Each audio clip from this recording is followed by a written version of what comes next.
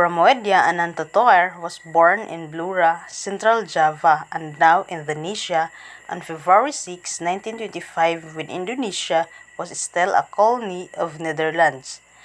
He was a Javanese novelist and a short story writer, the preeminent prose writer of post-independence in Indonesia. He was the eldest child of a prominent headmaster. As he grew up, he was greatly influenced by his father, who was a nationalist and school teacher, and his mother, who was caring and independent-minded. At the age of 17, he went to Jakarta alone to study politics, economics, and Indonesian language, which was later become the official language of the country. He was awakened to literature through his reading of many novels. He started to publish his own work while employed as an editor at various publishing houses. In 1945, he took part in Indonesia's revolt against Dutch rule, and in 1947, he was jailed for 2 years for carrying anti-Dutch documents. While in prison, he wrote his first novel, The Fugitive, about the struggles against colonialism, which established his reputation and launched an extraordinary literary career. Following this novel, he continued to write. His early works include Guerrilla Family, Stories from Blora, The Downtrodden, Corruption, and On the Banks of Kali Bikasi. From 1950 to 1965, Pramoedya played an increasingly important role in Indonesian intellectual life. First as a member of LICRA, the Institute of People's Culture, and later as editor of Lentera, the cultural section of the leftist paper Bintang Timor. Pramoedya advocated a new socially conscious Indonesian literature. He was also one of the founders of the Multatuli Literature Academy and a teacher at the Dr. Abdul Rivai Academy for Journalism in Jakarta. Arrested during the Indonesian government's massive repression of 1965, Pramoedya was held as a political prisoner until 1979, spending the last 10 years in the brutal Buru prison island, where he composed the Buru Quartet, of which This Earth of Mankind is the first novel. Mr. Pramoedya's impressive talent is clearly indicated in the fact that he contributed to the maturation of the Indonesian language as a vehicle for literature. He also tacitly woven the issue of nationalism so well into his stories, and his writing is of the highest quality. His work stands as a world-class literature. All the work of the tetralogy, which was completed after his release in 1979, have been and are now still officially banned from publication in Indonesia, though this has deprived people in Indonesia of the opportunity to read them. He has enjoyed a large reputation for his work both at home and abroad. The ban in Indonesia on his tetralogy will be lifted sometime in the near future. Therefore, Mr. Pramoedya's writing will continue to influence not only Indonesian literature but also of the world. Until 1998, he remained under city arrest in Jakarta, where his books are still banned and selling them is a crime punishable by imprisonment.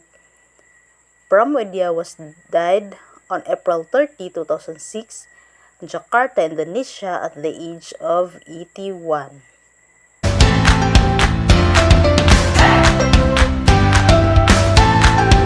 This Earth of Mankind is narrated by the first person, a young Javanese man named Minki.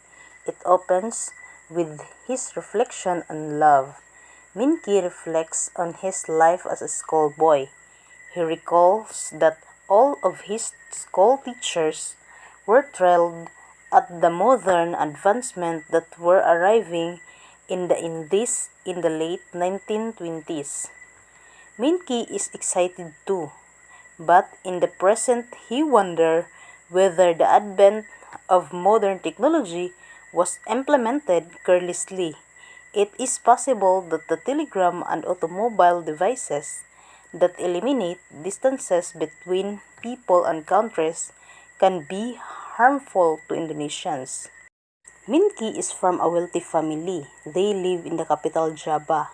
He hopes to be a writer one day because of his family's prominence. Minki goes to school with other wealthy kids who tend to have some European ancestry, unlike most of the local population. The school is called the Burger School and the students receive an excellent education.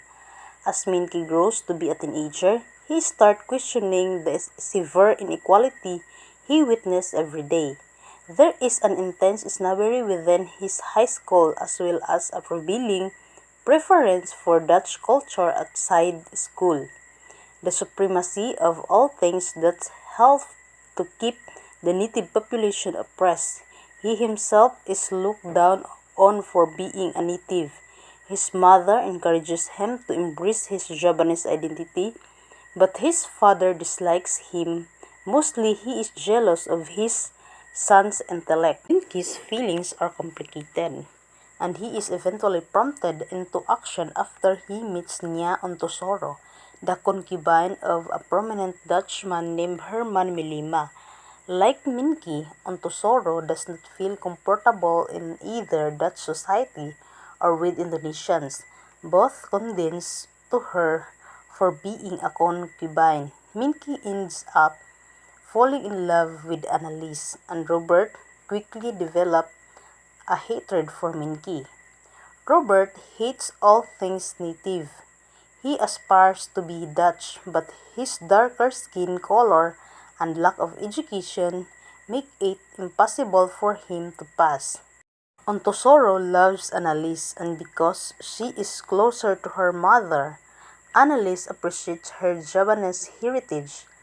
Later in the novel, it is revealed that Robert once sexually assaulted Annalise, thus making her less eager to accept her Dutch heritage.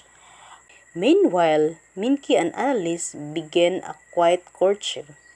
He frequently stands to her against the authoritarian men in her life, including his father, brother, and family doctor, whose remedy for her frequent illness is simply to drug her.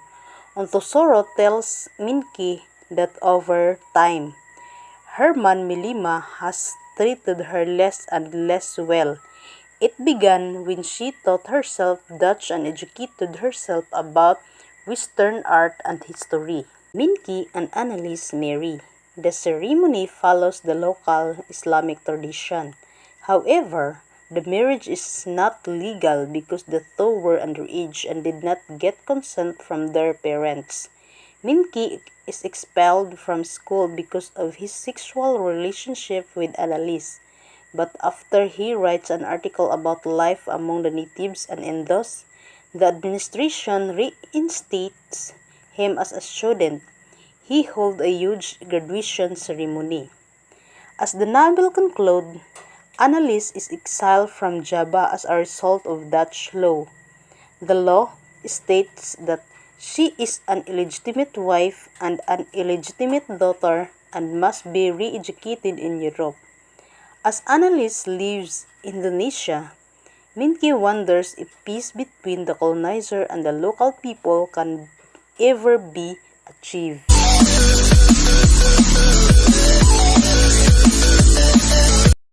Set at the turn of the century in the waning days of Dutch colonial rule, This Earth of Mankind is the first of the 4 books that comprise Pramoedya Ananta Toer Quartet, a powerful story of oppression, injustice, and a young man's political, emotional, and intellectual awakening.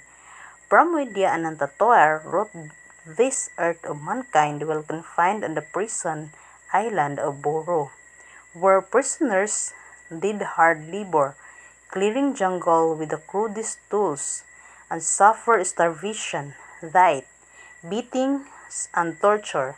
Much of Pramoedya's work has in fact been written under such circumstances.